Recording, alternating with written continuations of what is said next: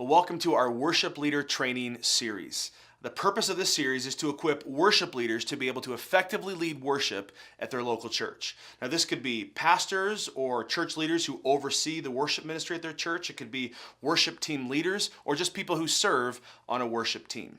And this is really important stuff because worship plays a huge role in the ministry of the local church. Worship should be central to the life of every Christian. It should be part of who we are as we respond to the truth about God. And it's important to understand we don't just worship God through music, but through our entire lives as we seek to honor Him in every aspect of who we are. And so we should worship God as we pray and as we serve and as we give sacrificially and as we try to make disciples and help people pursue God. Our whole lives should be a response of worship.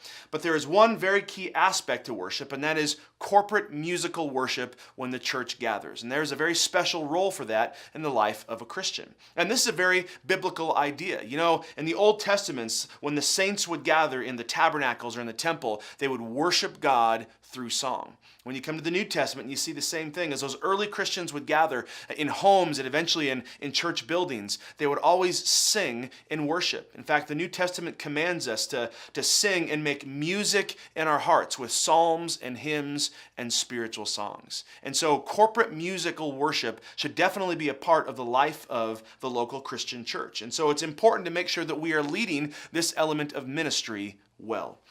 And very practically, if you think about this also, that whoever is leading worship at your church is going to have a very large influence at your church, for better or for worse.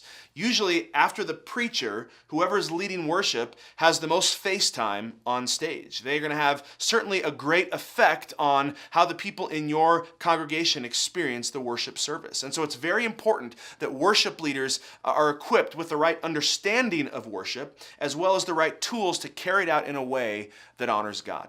And so this series is going to provide both the biblical philosophical foundation for understanding worship as well as some practical resources to help you lead worship well at your church.